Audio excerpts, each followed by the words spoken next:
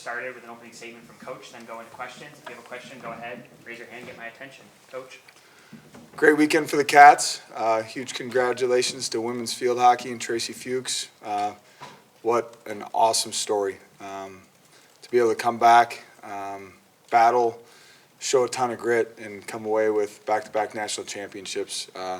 Really excited for Tracy, her staff, and all the women involved on that team. Really proud of our football team.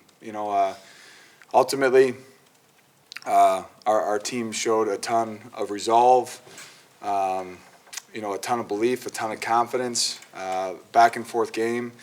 Huge credit to Minnesota and Coach Fleck. That was a wild ride, and ultimately really proud of our team, and also acknowledging there is a ton of work to be done. Starting yesterday in terms of the film evaluation, getting back to work today to position ourselves for success here moving forward. Really looking forward to in-state rivalry game, playing for the hat, on the road against not only a really good football team, but just a really good program. The job that Coach Bielema has done, in his time at University of Illinois is really impressive. Coach is someone that, I've had a chance to get to know over the last 3 years. Tremendous amount of respect for him and the way that he runs a program. He's been doing it for a long time, has found a ton of success in his time at Wisconsin, Arkansas, his time in the NFL, and now at University of Illinois. We know the task that's in front of us. Really good quarterback, veteran offensive line, really good backs. Number 80, the wide receiver, very talented football player, ton of production. Defensively, Coach Bielema, defensive-minded head coach that certainly understands what it looks like to play really good defense. They're going to challenge us in all three phases. It's a talented group. We're going on the road, and like I told the team post-game Saturday, we're treating this as postseason play. I know it's the regular season, but ultimately we're playing, for a trophy in an in-state rivalry game, and our sense of urgency and the need for execution is going to be at an all-time high. But excited for this group. Coach, this is your third hat game. You guys also have biggest transfer portal class ever, lots of newcomers. How have you kind of set the stage for what this rivalry game means for the program and, kind of previewed it for this upcoming week, showing it what it means to them? Yeah, we'll have an opportunity tonight and even tomorrow to talk about it further, but we set the tone on Saturday after Minnesota about where our focus was shifting. We talked about it again this morning. It's a big deal.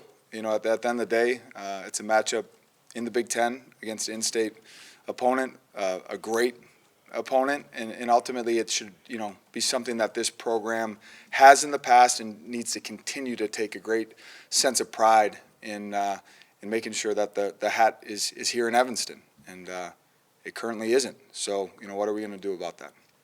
Jake, Coach, what has the whirlwind of just these past 2 weeks shown you about the character of this group? Yeah, it's it's really easy to fall into where your mood is on that based on the result, and you can't. Ultimately, I think what this team has shown is character is truly revealed in the hard times, and hard time coming off a tough loss against Michigan, or the hard times of in-game play where you're down a couple scores. And what this team has shown is this unwavering willingness and ability to just move on to the next opportunity and continue to focus on what we can control. It showed up in the Michigan game. Unfortunately, we fell short, and it certainly showed up against Minnesota.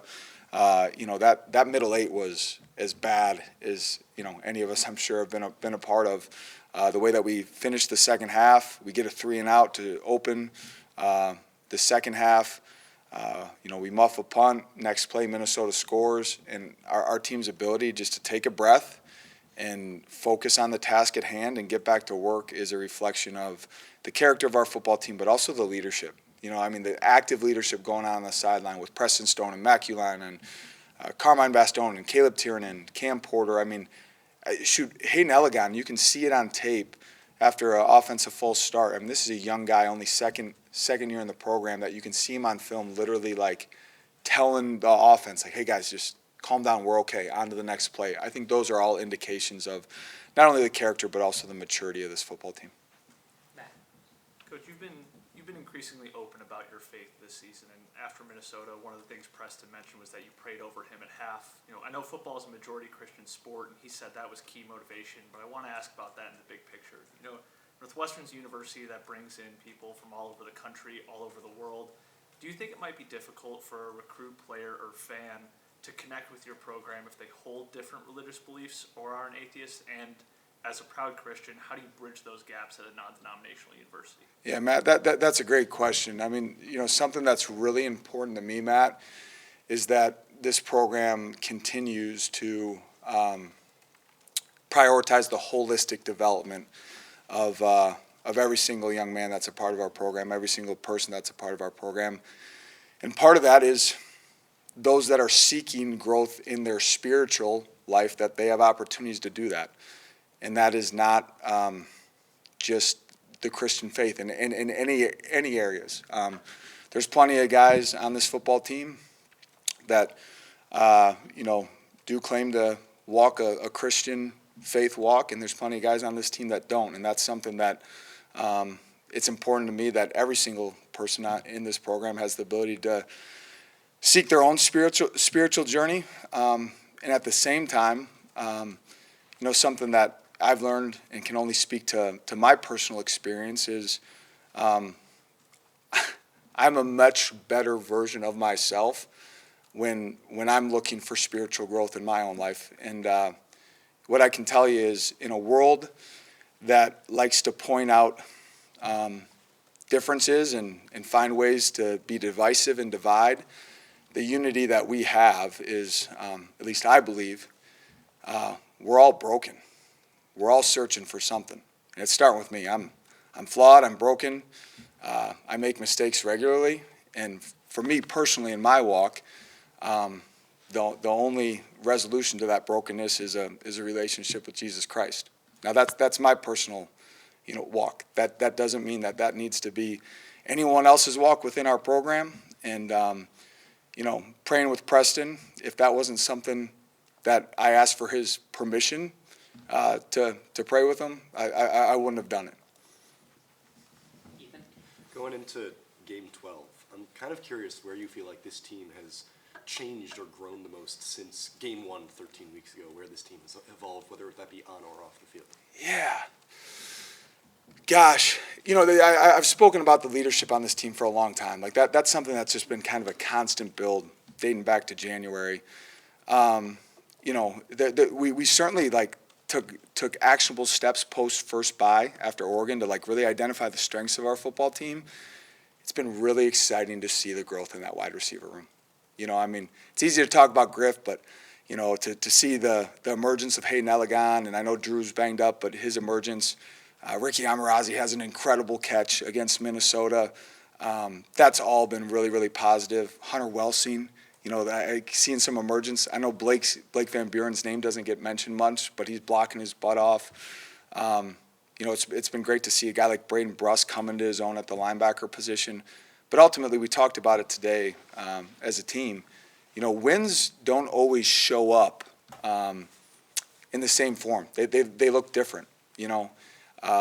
You know, a bowl victory in 2023 against Utah looked a lot different than the Minnesota game yesterday. And good football teams find different ways to win games.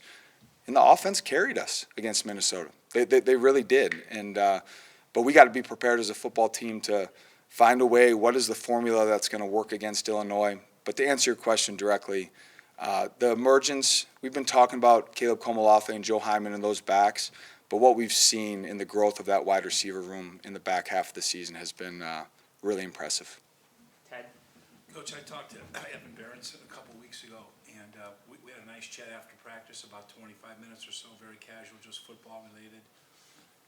And one of the things he said to me, which I thought was very impressive, he said, now, because I asked him about how much the offensive line has improved since day one to now.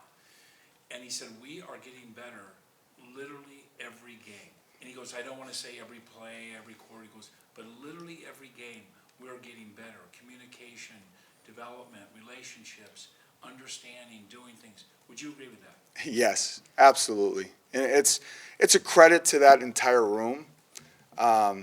It's a credit to Bill O'Boyle and Ryan Olson. But it's also a credit to, let's just use two examples here. Caleb Tiernan, been here since the start, and Evan, who arrived as a transfer. And for those guys in that room collectively as a whole to make a commitment to one another, like, hey, we're going to go do this together. We're going to go work our butts off at practice, and to celebrate one another's success.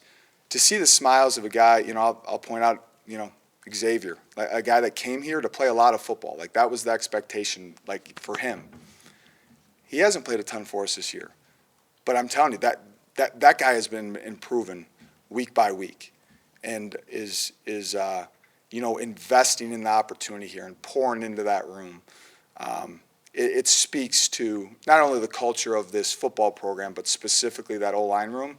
And it all starts with our captain, Caleb Tiernan. I mean, the active leadership that's going on, not only on game day, but in practice and in meetings with CT right now, would not shock me if Caleb Tiernan was a captain in the NFL someday. I mean, it's been pretty cool. Coach, as a follow-up, in the first half particularly, you had a lot of pre-snap penalties, and tell us how you addressed that with the team, not just at halftime, because the second half was much better, but can you expound on that a little bit? The thing that's most actionable, there's no excuse for it. It's not like we were, loud or there was no issues around that. It's a layer of focus, right? And ultimately, what a great opportunity for us going on the road in a rivalry game, hostile environment to, really pick up that level of focus in practice this week. Like, it's going to be chaotic. We're going to crank some noise and make it tough on our guys to operate and really position them for a lot of confidence to make sure, those can be drive killers. And to our offense's credit, they found a way to just respond, but we can't afford them. We got to get them cleaned up. Brendan? Coach, you mentioned Caleb Komolafe. On that first drive of the fourth quarter, he had a fumble caught from behind by Parrish, lost it out of bounds, and then rebounded to catch the touchdown pass that tied up the game. What do you think that says about him and his maturity and his willingness to step up and take the difficulties of being a bell cow back in the Big Ten? Yeah, 100%. There's going to be good runs and bad runs. Things are going to be perfectly blocked up at times, and there's going to be times that he's going to have to, make something happen that's not a perfect picture. But on that specific run, as he makes a third-level defender miss and he's in the open field, that's a tough spot for a back because your mindset's going to score, and you don't know what's, approaching from behind. For his ability to, respond after that and then ultimately make a great catch to, take the lead speaks to his maturity in the role. And two things off of that. It is a great opportunity for us to talk as a staff. We talked about it yesterday. How do we coach Como in that situation to prioritize ball security, but, when he's got a chance to score, not be so concerned about it that he can't separate himself from the defender. I think we got better through that conversation. And then Hayden Elegon on that play, he's involved in the block. He sees it break. I think 9 out of 10 receivers in the Big Ten would probably put their arms up and celebrate a big play, and Hayden sticks a foot in the ground and sprints downfield looking for a block that ultimately positions Hayden. If that ball would have stayed in bounds, Hayden would have been in a position to recover it. I think, we're speaking about Como right now, that maturity, but that maturity is also showing up in Hayden right now too. Anna? Coach, you mentioned that, it feels like postseason play now and obviously big rivalry game. Do you see the leaders of this team sort of change the way they approach leading in the week heading up to a big rivalry game like this? You know what? This is a great question. I think in teams that are searching for true leadership and consistent leadership, you do see it change. It's like they need, you need outside stimulus or something to strive for that raises that level of urgency and leadership. And I don't want to say that the urgency doesn't tick up a bit in a rivalry game, but the reality is our leadership has been so consistent and so committed and so bought in that it looks the same as it has, again, dating back to January. Now, I'd be lying to you if I didn't tell you there's not a little extra pep in our guys' step with a rivalry game and an opportunity to close out the regular season / postseason, whatever we want to call it, out the right way. But the way that our guys operate is the same way that these guys were operating back in August. Coach, I just wanted to ask about some of those Ryan Bow packages specifically, and where you guys feel like those offer you an advantage from a strategic perspective. Yeah. Great question. I want to thread the needle on answering your question and not giving too much away. What I will tell you is there's always this balance. We've talked about it before, you know, especially the way that Preston was playing, like, oh, we're really going to take him off the field when he's playing at this level. You know, ultimately, we would not be doing that if we didn't think Ryan, you know, possessed a certain skill set. And us as a willingness of, like, you got to ask yourself sometimes, like, okay, our starting quarterback, how much are we willing to run him in design quarterback run? And in that balance, we believe in Ryan Bow. How can we utilize him and maximize our roster? And then thread the needle of making sure that we're not taking a rhythm, you know, out of a quarterback that is performing at a really high level. It takes a lot of maturity on Preston's end to handle that. And that's where I give Preston a lot of credit. Like, man, he is the one that was fired up for Ryan to go in and have that opportunity. He's also the one that's chomping at the bit to get back on the field. Again, I think the reflection of the way that worked and operated on Saturday is a reflection of how committed this team is to one another.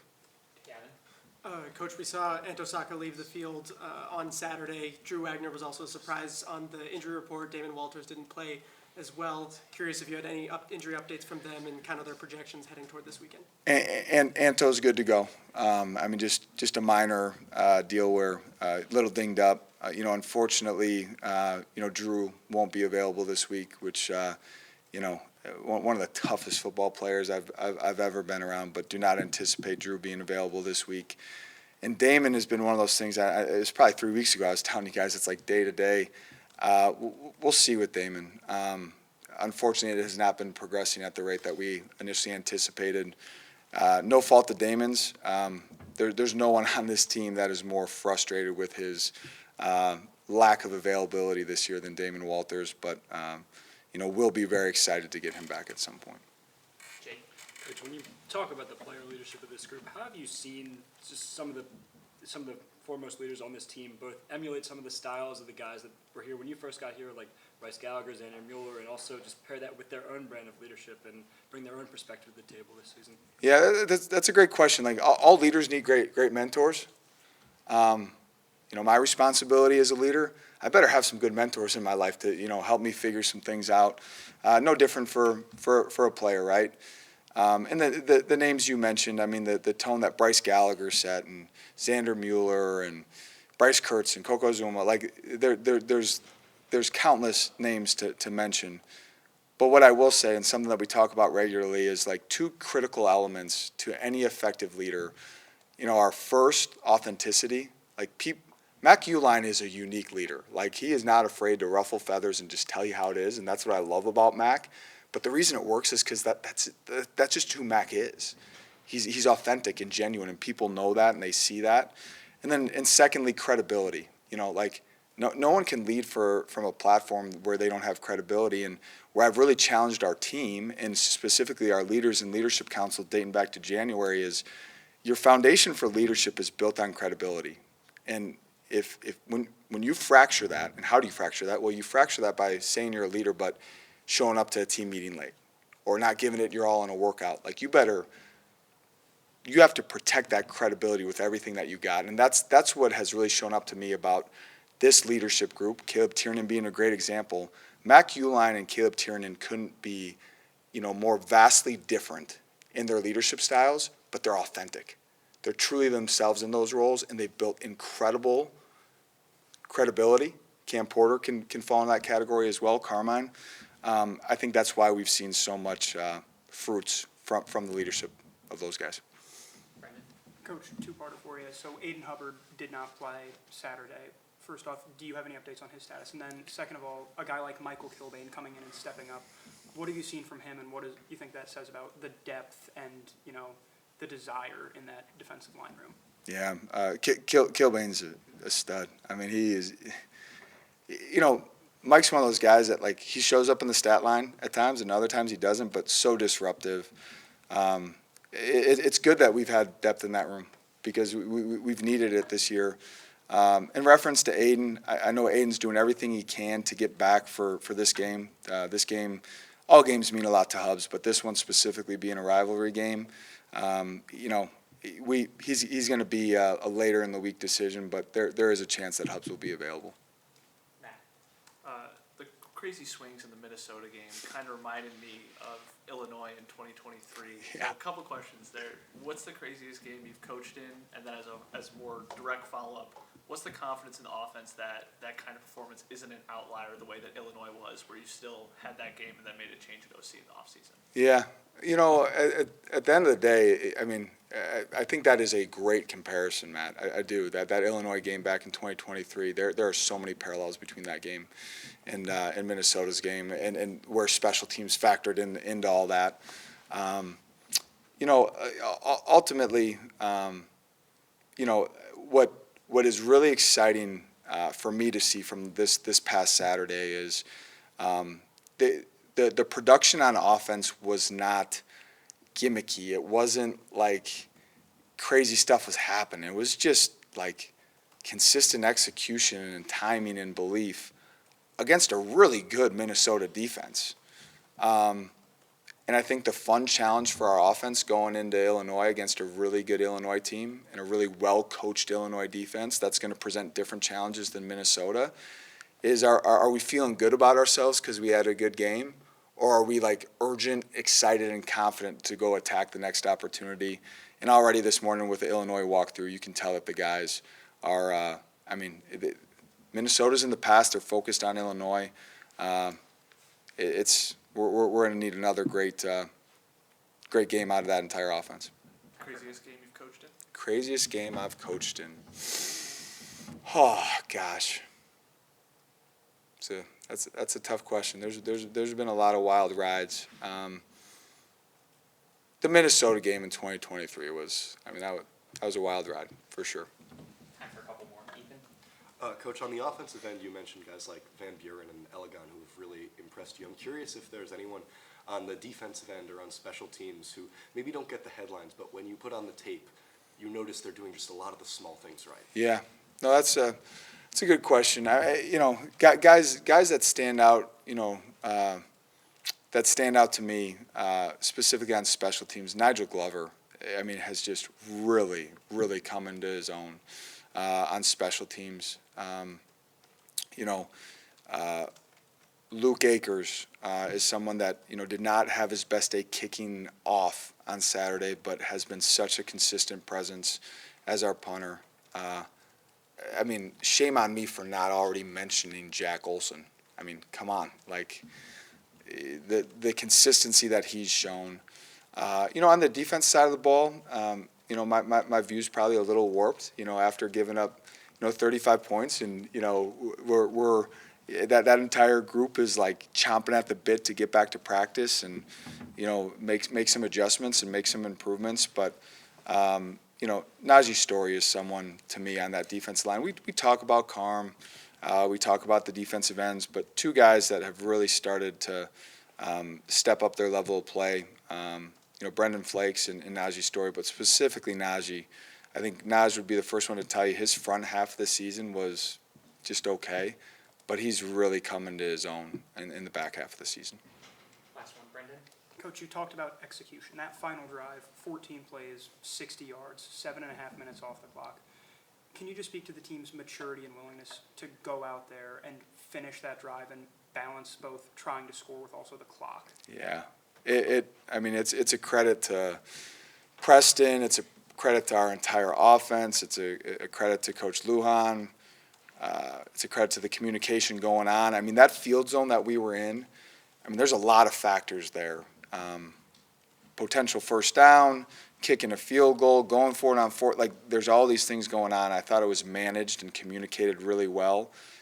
I think the most, impressive part about that drive to me, and correct me if I'm wrong, but we had that illegal hands to the face penalty that pushed us back out of field goal range, and then being able to, a huge reception by Hunter, a scramble by Preston. And ultimately, we end up running the ball on third down, which all of us would have loved to see us pick up a first down. But to your point, the balance of positioning ourselves for a really advantageous field goal and managing the clock, I think, is a reflection of the overall growth, not only with our players, but the program as a whole. Awesome. Thanks, everyone. Thanks, Coach.